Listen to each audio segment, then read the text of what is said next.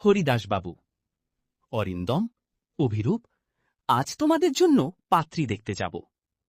ঠিক আছে বাবা। অভিরূপ, আমিও খুব খুশি। পাত্রী দেখতে গিয়ে সবাই দেখল সেখানে দুই যমজ বোন, মেঘলা আর মৌ। অরিন্দম: বাবা, আমার মেঘলাকে খুব ভালো লেগেছে। অভিরূপ: আর আমার মৌকে। দুই পরিবারের সম্মতিতে একই মণ্ডপে দুই ভাইয়ের সঙ্গে দুই বোনের বিয়ে হয়ে গেল। শ্বশুরবাড়িতে নতুন জীবন। তোমরা দুজনেই আমার মেয়ের মতো থাকবে। মা, আমরা সবাইকে নিয়ে সুখে সংসার করব।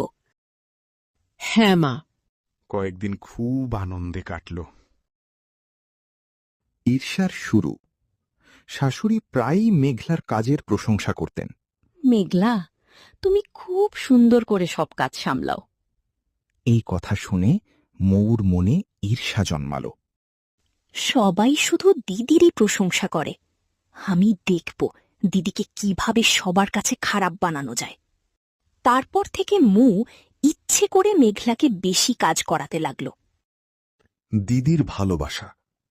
একদিন রান্নাঘরে গরম তেলের কড়াই মৌয়ের উপর পড়তে যাচ্ছিল। মৌ, সাবধানে! মেঘলা দৌড়ে এসে মৌকে সরিয়ে দিল। নিজের হাতে আঘাত পেলেও ছোট বোনকে বাঁচিয়ে দিল। আরেকদিন সিঁড়ি থেকে পড়ে যাওয়ার সময়ও মেঘলাই তাকে ধরে ফেলল। ধন্যবাদ দিদি, তুই আমার বোন, তোকে বাঁচানো আমার দায়িত্ব। অতিরিক্ত পরিশ্রমে মেঘলার প্রচণ্ড জ্বর এলো। ডাক্তার ডাকো, মেঘলার শরীর খুব খারাপ। আমার মেয়েটা এত কষ্ট করল, অথচ কিছুই বলিনি। মেঘলা বিছানায় শুয়ে রইল।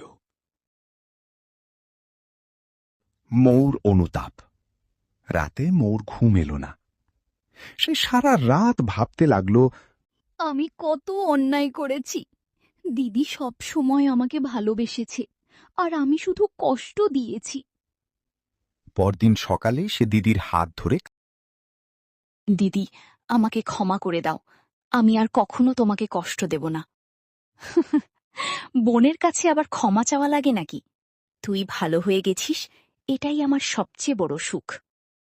নতুন শুরু।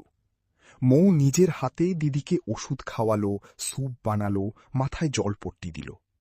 আজ আমার দুই বৌমাকে দেখে খুব গর্ব হচ্ছে। আমরা সবাই একসঙ্গে থাকলেই সংসার সুন্দর। ভালোবাসাই আমাদের সবচেয়ে বড় শক্তি। মেঘলা সুস্থ হয়ে উঠল। তারপর থেকে মেঘলা আর মৌ শুধু দুই যা নয়, আবার আগের মতো দুই আপন বোন হয়ে সুখে দুঃখে একসঙ্গে থাকতে লাগল।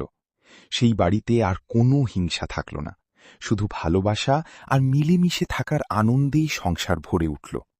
শিক্ষা: হিংসা সম্পর্ক ভেঙে দেয়, কিন্তু ভালোবাসা, ক্ষমা আর অনুতাপ সম্পর্ককে আবার নতুন করে গড়ে তোলে।